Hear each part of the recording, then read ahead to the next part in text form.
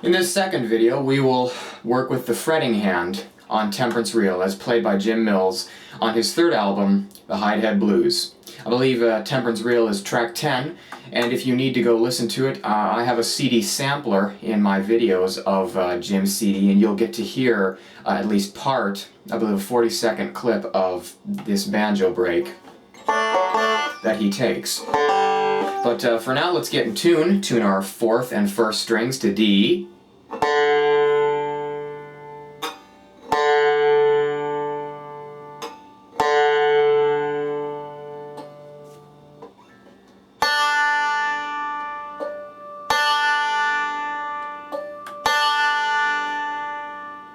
Third and fifth strings to G.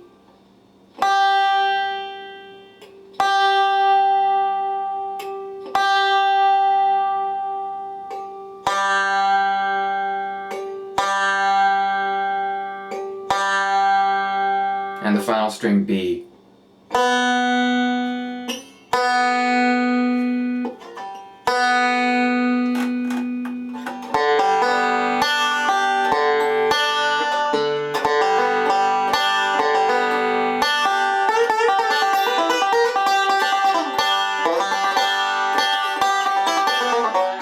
Now to the break.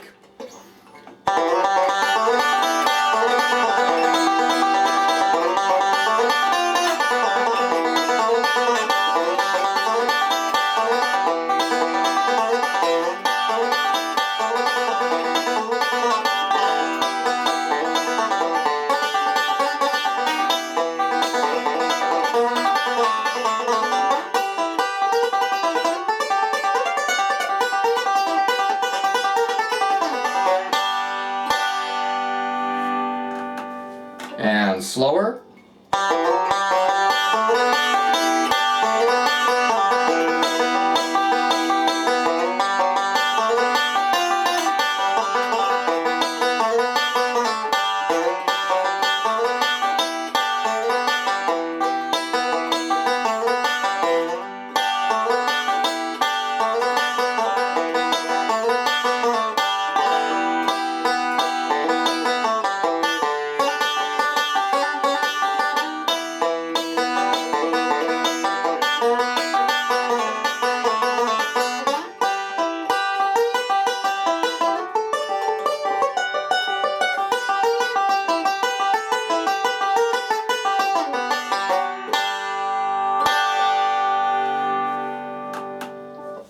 Now, as you can see, and like I mentioned in the first video, there is a little bit of melodic and Scruggs interplay in this song. Jim did not play it completely straight. He hits this interesting melodic break on the fourth string 2-4 slide, as you can see.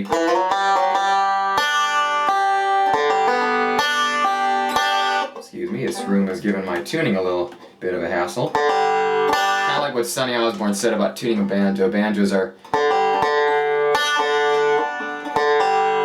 like something else in life, really hard to get along with, but once you get them, they're the best thing in the world. Yeah, banjos are like rock guitars. But anyway, Jim combines this interesting little, not too much melodic, kind of like my own break to, I use this similar idea for my own break to Temperance Reel.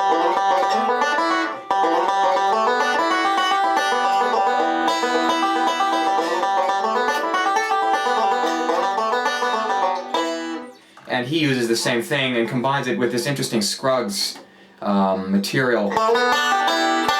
And it really fits the melody strangely, considering that this is a reel and primarily scale-based. So we have this.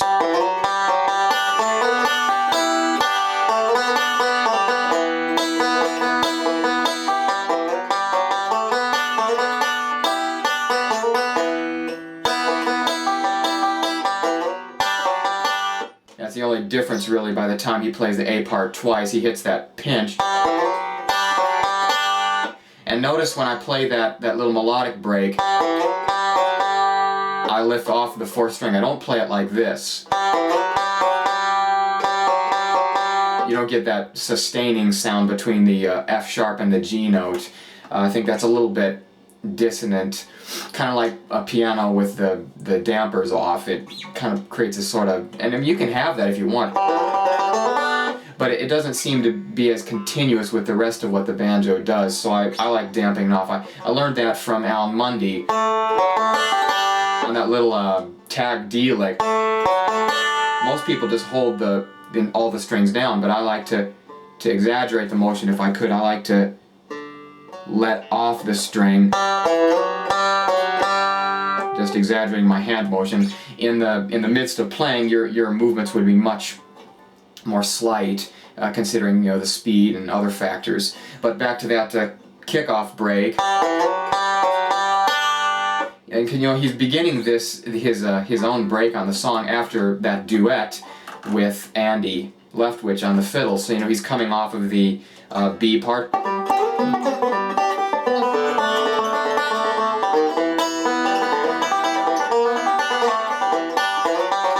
Like that. And so there's that little G note that he hits before he slides on the 4th string. And then a forward slide.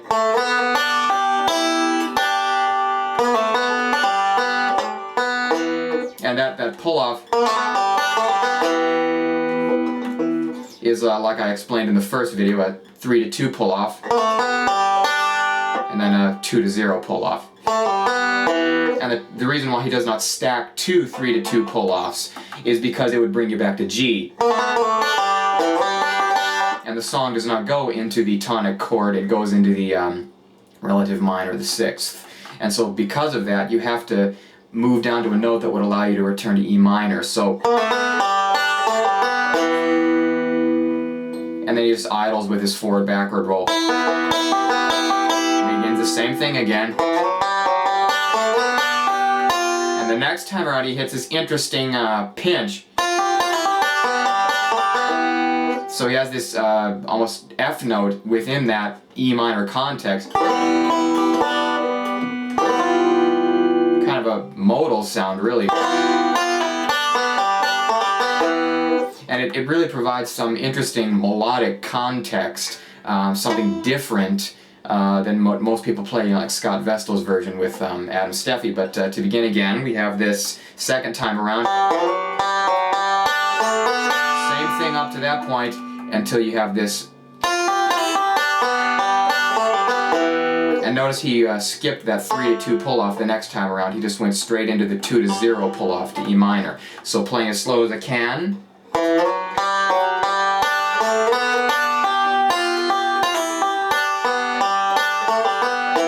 See, replacing this, he was replacing this with just open strings. Instead of this, he has this replaced with this. And then idles again. Same thing, just a pinch on the 3rd and 1st strings. And instead of pull-offs, he pulls a forward slide. So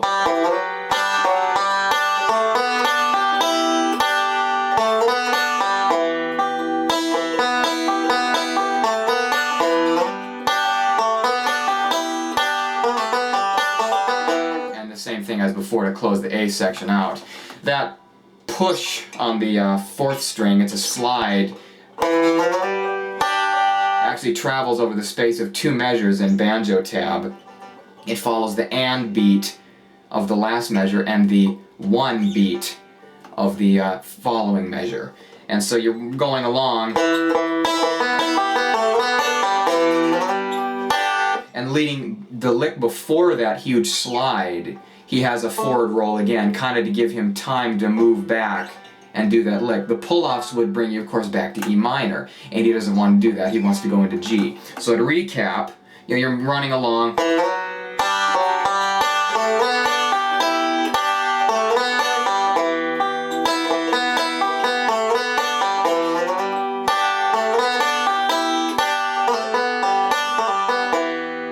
And so to recap, this entire A section played twice, played as slow as it can, with that little G note tags we talked about earlier.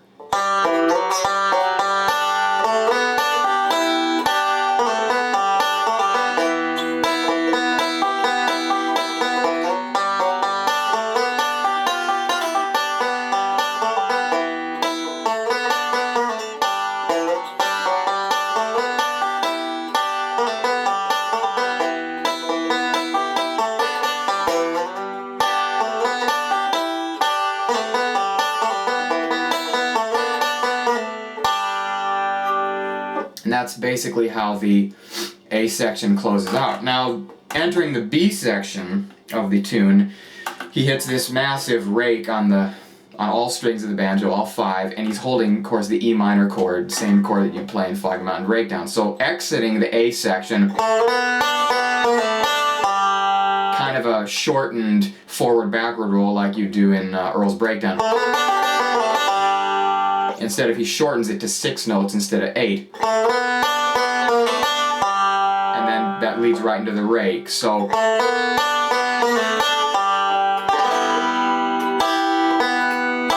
it's basically just a rake and pinches. Open strings would sound like this.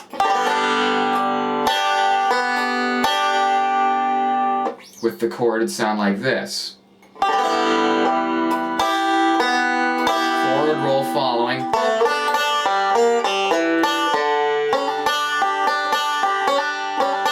Interesting hammer-on syncopation there, very much like Foggy Mountain Breakdown. So you're following with this rake. Kind of interesting transition from a mainly reel-like tune to sort of a Scruggs-like interpretation of that.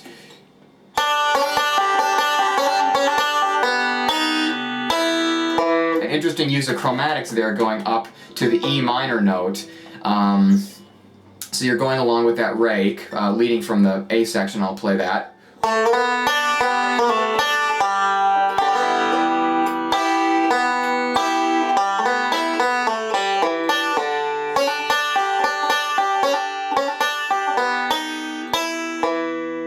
Now that lick right there, after the hammer-on,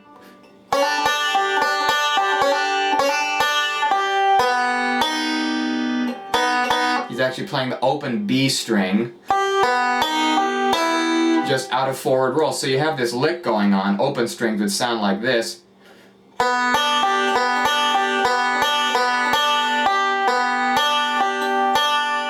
All it is forward roll, but this forward roll happens to work with this very interesting walk up. And it's just very clever kind of thing. So beginning the B section again with that rake.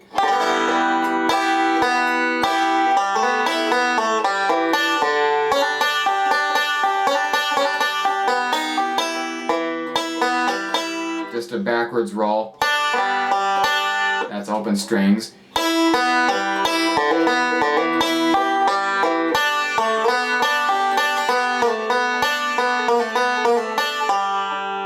And that's the first time he plays the B section. I'll play that through to get the context of what we've just gone over. Beginning with that rake.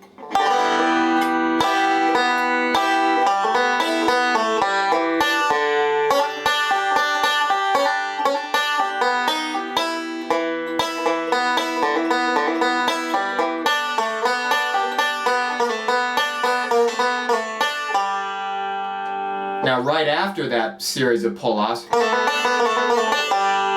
starts on the second string and slides all the way up to fret 8 and 9 respectively, holding that, part of a D position G chord. He's only holding 2 notes of it. So, coming off those pull-offs,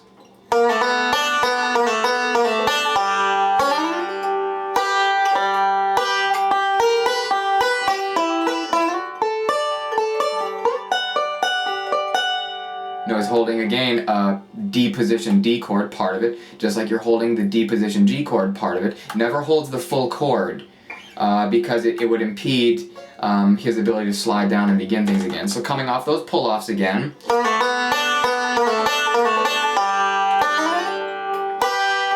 And remember, he slides on that second string with his index finger. I asked him about this, and he said it really is impossible to slide with it with the ring finger or the middle finger because it prevents you from holding that partial G chord and being able to reach your pinky up to, choke that little note at fret 11. So coming off that pull-off again.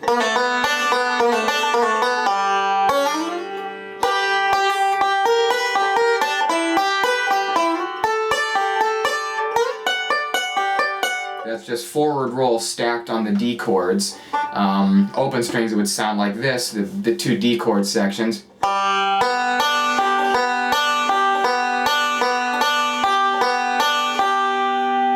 Again.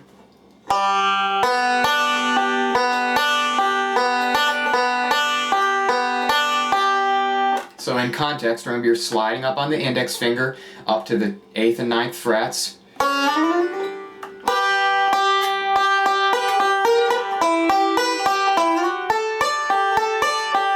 There's that forward roll. And then you go back to the D position G chord again.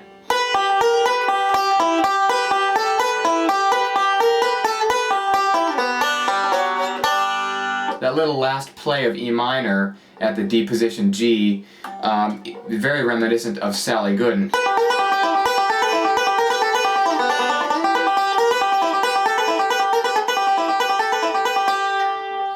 And another very interesting Scruggs thing that we've heard in other songs, but implemented in a very unique way. So coming off of that forward roll D chord,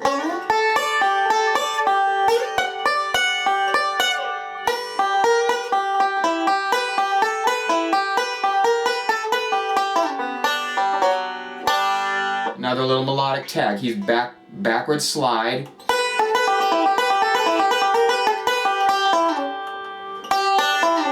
That's that lick right there. He's hitting the open first string, by the way. He lifts his ring finger off that B note and hits the open first string. And that's that little melodic. And he's just basically using that kind of position on the banjo. So to recap this entire B section, have those pull-offs, leaving the first time he plays the B section to the up the neck break, those pull-offs.